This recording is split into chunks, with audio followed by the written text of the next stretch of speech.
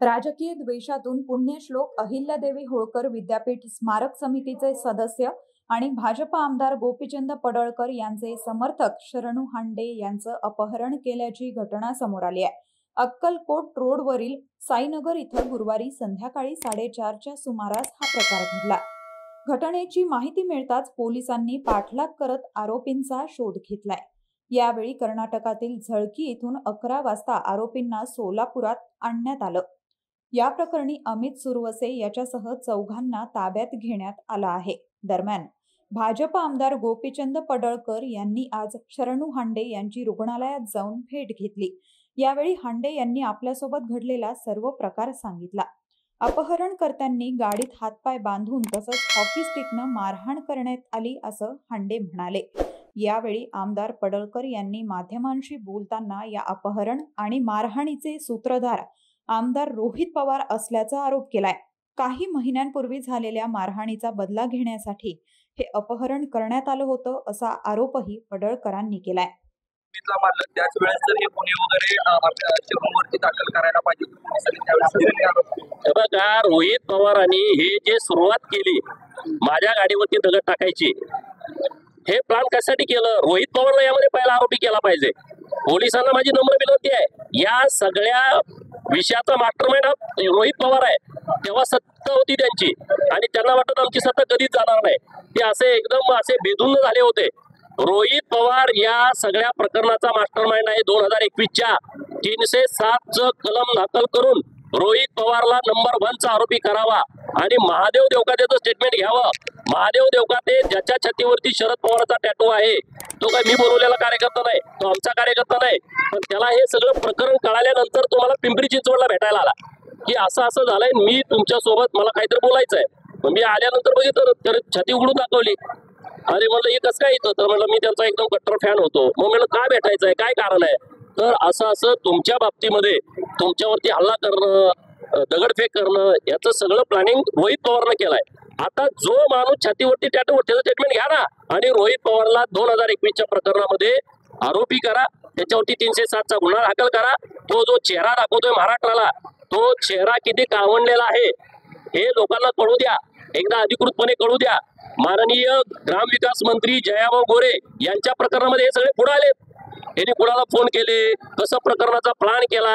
एक बहुजनातला रेशन दुकानदाराचा पोरगा महाराष्ट्राचा ग्रामविकास खात्याचा मंत्री झालाय, हे पवारांना कसं काय पचल आणि मग त्याला बदनाम करा।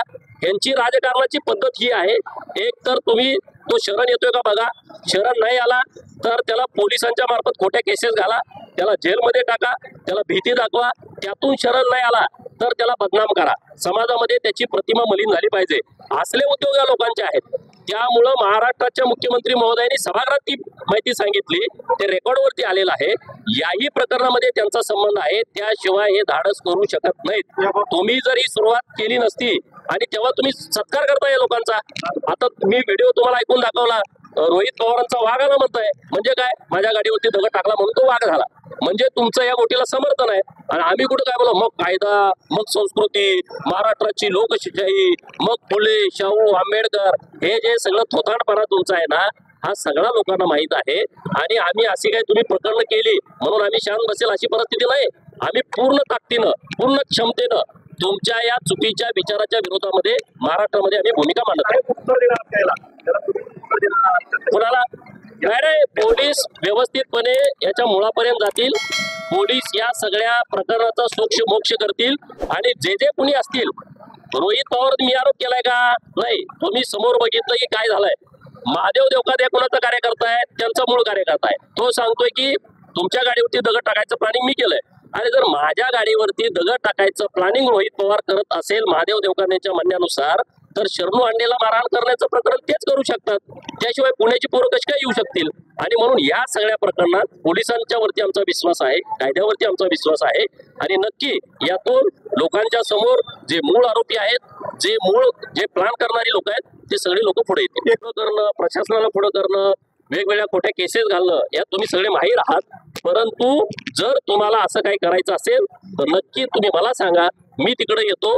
तुम्हाला जर माझ्यावरती अटॅक करायचा असेल मला मारहाण करायची असेल मी तुमच्या गावामध्ये येतो. सुरतमध्ये यापूर्वी देखील तुमच्यावरती हल्ला करण्याचा प्रयत्न केला होता, त्याचे व्हिडिओ देखील समोर आलेले होते. हे कोविड काळातच प्रकरण आहे. बघा, हे सगळे अशाच पद्धतीचे प्रकार होत नाही, आहेत. नाही, संरक्षणाची मागणी असणार. नाही, कार्यकर्त्यांना ते असं सातत्यानं डिवचण्याचा प्रयत्न करतायत, परंतु आम्ही सगळे कायद्यावरती विश्वास ठेवणारे लोक आहोत. पोलिसांच्या वरती आमचा विश्वास आहे. राज्याचे मुख्यमंत्री महोदय यांच्या कानावरती ही मी घटना सविस्तरपणे घातलेली आहे आणि नक्की या सगळ्या विषयाच्या खोलापर्यंत पोलीस जातील आणि ज्या लोकांनी हे कृत्य केलंय त्या लोकांना पूर्णपणे उघडं करतील. आता आमच्या कार्यकर्त्यांना ह्याच आमच्या सूचना आहेत की हे पूर्णपणे बिथरलेली लोक आहेत आणि ही बिथरलेली लोक कार्यकर्त्यांना टार्गेट करतायत.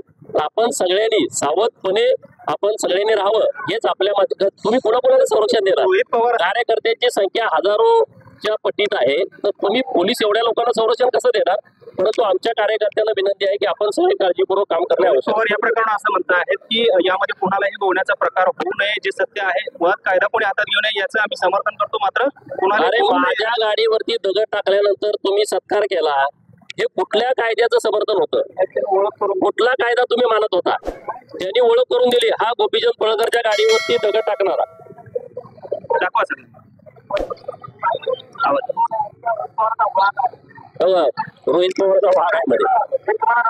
तुम्ही हे उद्योग राज्यभर केले 40-50 वर्षे, हे नव्यानं लोकांना सांगण्याची आवश्यकता नाही आहे. आणि तुम्ही महाराष्ट्राची संस्कृती, महाराष्ट्र कुठं चालला? अरे जरा तर लाजा वाटायला पाहिजे तुम्हाला. या महाराष्ट्राची संस्कृती बिघडवणारे तुम्ही आहात, या महाराष्ट्राची वाट लावणारे तुम्ही आहात आणि तुम्ही आम्हाला सल्ले देताय, महाराष्ट्राच्या समोर सल्ले देताय. आणि त्यामुळे रोहित पवारांनी हे उद्योग करणं बंद करावं. कायदा कायद्याच्या पद्धतीनं काम करेल. कायद्याला किंवा पोलिसांना सल्ला देण्याची आवश्यकता रोहित पवारांच्याकडे आहे असं मला अजिबात वाटत नाही. पोलीस त्यासाठी सक्षम आहे.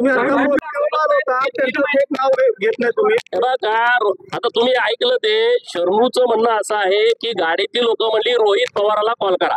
रोहित दादाला पवार मी म्हणतोय, ते दादा म्हणते. पोरं त्यांचे कार्यकर्ते असल्यामुळे ते त्यांना दादा म्हणतात. तर रोहित पवारांना फोन करा आणि 15 मिनिटानंतर एका मोबाईलवरून कॉल आला आणि त्यामध्ये शर्मूचं असं म्हणणं आहे की मला माफी मागायला सांगितली आणि मी माफी मागितली नाही तर तुला मस्ती आहे, याला संपून टाका. अशा पद्धतीचं प्रकरण हे सगळ्या या गोष्टीमध्ये घडलंय असं त्याचं म्हणणं आहे. तर नक्की पोलिसांनी या गोष्टीमध्ये सिरियसपणे विचार करावा. जर कुणाचा कॉल आलाय, कोण व्हिडिओ कॉलवरती बोललं, हे लोकांच्या समोर येऊ द्या ना. आणि बाहेरची मुलं पुण्याचे कसे काय लोक येत आहेत? हा जो सुरवसे आहे तो काय पुण्यापर्यंत एवढा काय त्याचा संपर्क असेल मला असं वाटत नाही. तो तर इथला सोलापूर मधला मुलगा आहे आणि त्याला तुम्ही कशाला पुढे करताय? त्याला तुम्ही बळीचा बकरा कशासाठी बनवताय? तुम्ही जी सगळी मुलं पाठवलेली आहेत, गाडी कुठून आली, कशी आली आणि इथून कर्नाटक मध्ये घेऊन जाण्याचा प्लॅन काय? जिथं ती मुलं 3 गाडीतून उतरली आणि रेल्वे पुण्याला गेली, तिथून पुढं 4 तास लागणार आहे असं बोलत होते. ज्या स्पॉटला शर्मूला घेऊन जायचं आणि त्याची हत्या करायची, तो स्पॉट तिथून 4 तास पुढे आहे. हे कुणी ठरवलं? स्पॉट निश्चित कुणी केला? हे सगळं प्रकरण बाहेर येण्याची आवश्यकता आहे आणि मला विश्वास आहे की पोलीस नक्की हे प्रकरण बाहेर काढतात. रोहित पवार असं म्हणतायत की व्हिडिओ कॉल करण्यामागचा उद्देश नेमका काय होता? आता ते तपासायला पाहिजे ना. मी तर पोलीस नाही, तपासायला पाहिजे ना हे सगळं कशासाठी केलं, व्हिडिओ कॉल करण्याचा. आता हे सगळे जे प्रकरण सुरू आहेत, व्हिडिओ कॉल करून हत्या करणं, रेकॉर्ड करून हत्या करणं, मला तर आता समजलं की त्याची हत्या जी करायची रेकॉर्ड करून करायची होती आणि अमानुष कृत्य, माणुसकीला न शोभणारं कृत्य करून करायची होती अशी माहिती मला काही लोकांच्याकडून मिळते. अधिकृतपणे पोलीस यावरती बोलू शकतील, परंतु जे मी लोकांच्याकडून ऐकलं ते अत्यंत भयानक आहे. अत्यंत चुकीच्या पद्धतीनं कृत्य करायचं असं त्यांचं नियोजन होतं आणि मग हे नियोजन काय असं जाता जाता गाडीत ठरलेलं नसतंय. त्यांच्या बरोबर जे साहित्य होतं, त्याच्याबरोबर ज्या पद्धतीनं साडी घेऊन गेले होते म्हणे, त्यांच्याकडे फटाकड्या होत्या, आणखी काय काय साहित्य होतं, पोलीस त्याबद्दल सविस्तरपणे बोलतील. हे प्री प्लॅन असल्याशिवाय अत्यंत थंड डोक्याला केलेला हा कट आहे आणि हा कट या पोरांनी केलाय असं मला अजिबात वाटत नाही. जी पाठीमागं लोक आहेत त्यांना सगळ्यांना पुढं आणलं पाहिजे. रोहित